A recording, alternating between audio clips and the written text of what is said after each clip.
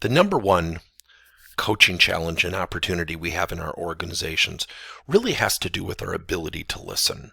With everything going on in the world, think about our ability to listen and to interpret. Are people really agreeing with everything said in the press? Are people really agreeing with what both political parties are saying? Meaning, don't we hear things differently?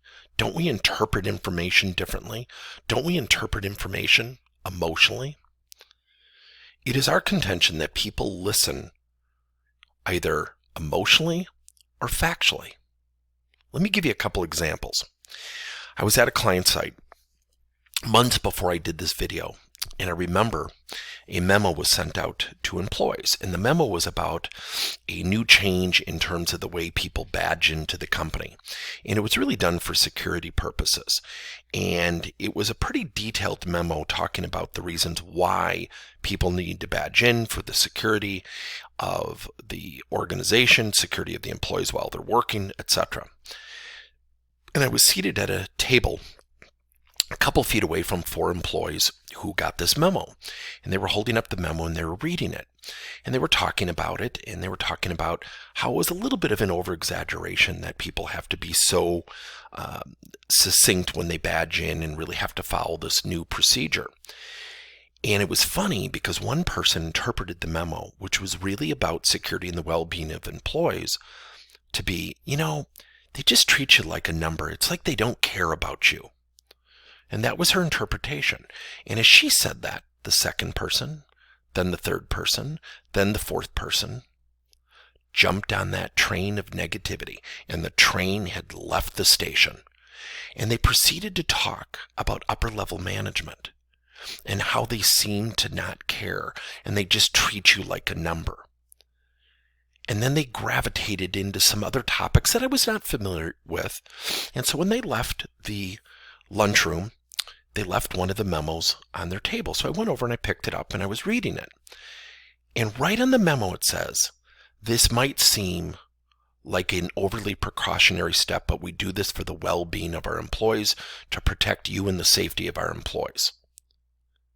Nowhere in that memo did it say, "We do not care about you." Nowhere in that memo did it say anything about, "We just want to treat you like a number and not people." Yet that's what 4 people, initially starting with one person, stated. Their objective was to protect the people.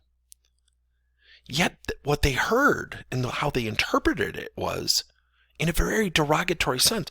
I went through that memo twice thinking, how did they extract that? Let me give you another example.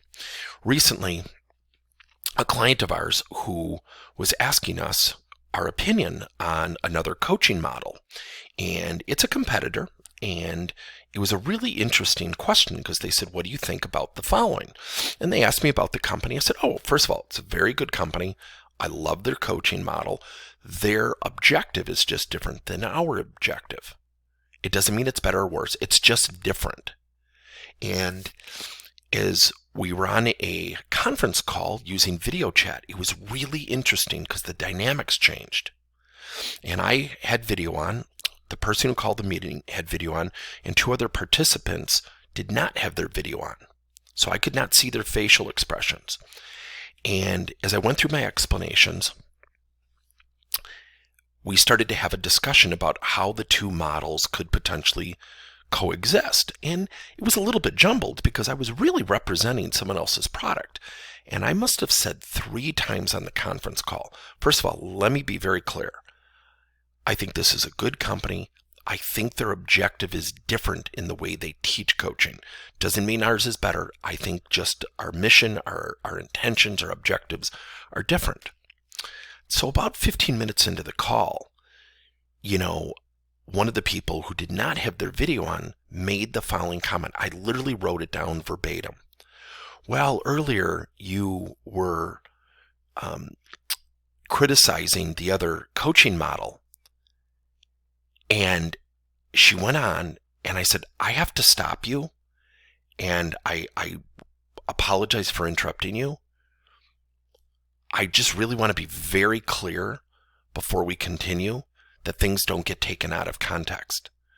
Correct me if I'm wrong. If I have said something factually that represented me being critical, then I owe you guys an apology. Yet I don't think I did that. Could someone, educate me on, where we're at? And the person chairing the meeting goes, I don't think you were critical at all. I think you've been extremely complimentary of your competitor. And it was interesting. The woman who said it didn't say anything. I couldn't see her facial expression. And so I addressed her and I said, you brought that up. And I said, the reason I just don't want to get off this phone and have you feel like I'm bashing it, because you sound like you're pretty loyal to that program, and you should be. It's a good program. Yet I didn't criticize it. I have been extremely complimentary. At least that was my intention. Help me understand what I said that gave you that impression. And she said, well, that's just the feeling I got. Now think about what I just said to you. That's the feeling I got. That was not my question. My question was, what did I say specifically that gave you that impression? Well, it's the feeling I got. What she basically said was, here's how I'm interpreting it. And I said, well, would you mind if I kind of, split hairs here a little bit? She said, sure. I said, my question was, what did I say? I didn't ask how you felt. And I said, I say that respectfully. She said, well, I guess I don't remember. Then the other woman, who was also not on video camera, stepped in and goes, yeah, I didn't hear that at all. Matter of fact, Tim, you've been extremely gracious and objective about your competitor. And I later followed up with the person, and I asked her if we could do a video call. And I said, if you could have your video on, that would be great. And it was a complete dynamic change. I said, look, I felt like I kind of put you on the spot, but I didn't want to get off that call and have me be perceived as criticizing a competitor. I didn't ask for that meeting.